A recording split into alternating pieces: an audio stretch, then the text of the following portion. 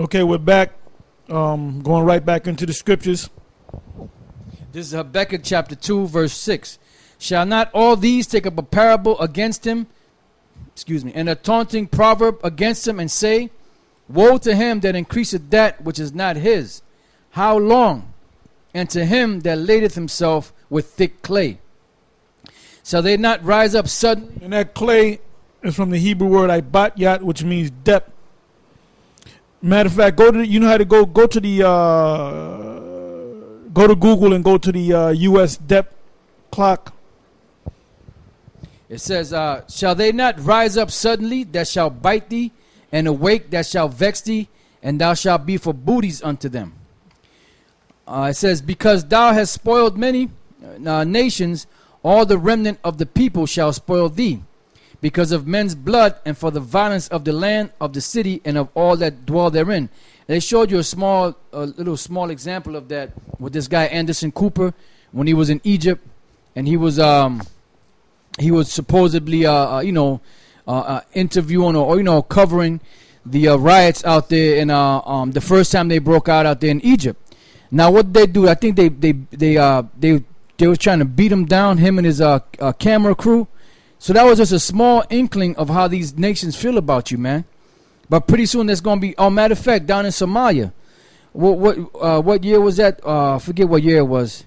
And then it was in the 90s when they had made that movie Black Hawk Down. You know, they went up in there, they thought they was going to get up in there and take over that region. But they didn't know them Hamites was going to come out swinging, man. And they had this one cracker, and he was dead, and they were just dragging, they had a rope tied around him, dragging him through the streets. That's how these other nations feel about you, man. But it's just they can't get their hands on you yet. But when they get their hands on you, that's your ass, man. That's your ass. That's your ass. You know. Anyway, go ahead, speak. Okay. All right. So I'm gonna continue on reading. It says, because thou hast spoiled many nations, all the remnant of the people shall spoil thee, because of men's blood, for the violence of the land, of the city, and of all that dwell therein. And really, what's keeping your society going, besides, of course, the prophecies, you always mention the prophecies first and foremost, the word of Yahweh Bashem Yahushai. But what's keeping you going too with that is your finances. The money that you have that you stole to continue to fund these wars. To continue to fund both sides of the wars, to keep the war going, because like Smedley Butler said, war is a racket, but war is profitable, because you're making all kind of money off of it, but your finances right now, they're starting to break down. The mechanism that you had going starting to break down. It's like them rusty ass pipes underneath the ground, and after a while you have those water main breaks and them pipes bursting. Why? Because they rusted out and they falling apart. Your economy is rusted out and falling apart. It says, woe to him that coveteth an evil covetousness to his house, that he may set his nest on high, that he may be delivered from the power of evil. And that's what you've done. Thou hast consulted shame to thy house by cutting off many people. And that's how you built America up. America is basically built on shame. It's built on blood. It's built on destruction. It's built on lies.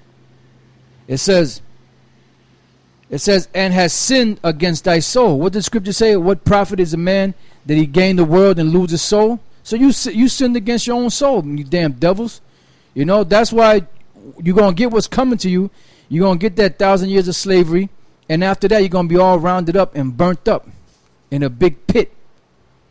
It says, for the stone shall cry out of the wall, and the beam out of the timber shall answer it. Woe to him that buildeth a town with blood, and establisheth a city by iniquity. And that's what you devils have done. And not just America. America, or should I say the Americas, was just one example of that. You're still in all these different people's lands, and you're still doing the same thing. You haven't changed, and you're not going to change. It says, behold, is it not of the Lord of hosts that the people shall labor in the very fire, and the people shall weary themselves for very vanity? For the earth shall be filled with the knowledge of the glory of the Lord, as the waters cover the earth, cover the sea. Woe unto him that giveth his neighbor drink, that putteth thy bottle to him, and makest them drunken also, that thou mayest see, that thou mayest look on their nakedness. And you've done that with your philosophies. That's your wine. You push it upon these nations, and what are these nations doing now? They're acting just like you. And you're seeing their shame. You know, their women are wearing pants. The women are scantily dressed now. Their breasts and their titties are showing, and their ass. Breasts and titties the same thing. But their ass is showing. You know, the curves. You know, before they used to be covered up. Now they're screaming about equal rights and all other kinds of madness that's going on around the world. It says, thou art filled with shame for glory. This is verse 16. Thou art filled with shame for glory. Because that glory that you have is really built on shame. That's why anytime you talk to the so-called white man about slavery or about how he got this land from the Native American Indians, it's a shameful thing to them. They don't want to talk about that. They wish that thing would go away. So much that the people of the Tea Party, they want to abolish slavery out of all history books. They want to just they just want to scratch that out of history. They don't want you to remember that anymore. Why? Because it's a shameful time for America. And it's some wicked, demonic time, things that you've done that's pretty much staining your name, so to speak. It says, the cup of the Lord's right hand shall be turned unto thee, and shameful spewing shall be in thy on thy glory. So this glory that you have, you know, America the great, America the land of the free, it ain't great no more. This place ain't great no more, man. Give me Jeremiah.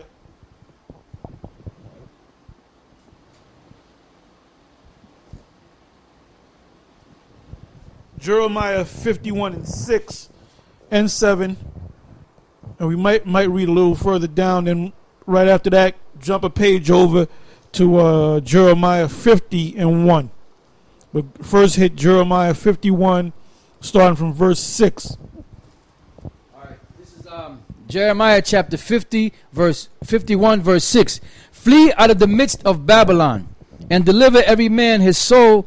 Be not cut off in her iniquity. Yeah, not get a GED and go to college and, you know, and get the best job you can get and build up soup kitchens and all that and build up a daggone building where all the people can gather. The people are gathering, man, on the web.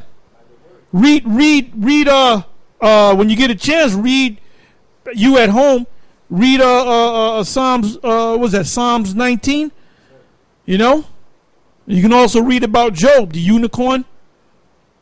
So the gathering is there. When you put the video on YouTube, that's a classroom right there, man. Go ahead. For this is the time of the Lord's vengeance. This is the time of the Lord's vengeance, man. Anybody that says we might be here for another 20, 30 years, hey, the Spirit ain't dealing with you, man. Allah Nate. Go ahead. He will render unto her a recompense. Babylon hath been a golden cup in the Lord's hand, that made all the earth drunken. The nations have drunken of her wine, therefore the nations are mad. Yeah, they took your democracy and your McDonald's and your KFC and your Americanism. And now they pissed off, man. They pissed off at you. Go ahead. Babylon is suddenly fallen and destroyed.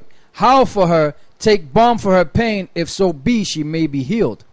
We would have healed Babylon, but she is not healed. Yeah, your bridges are falling, your streets are falling.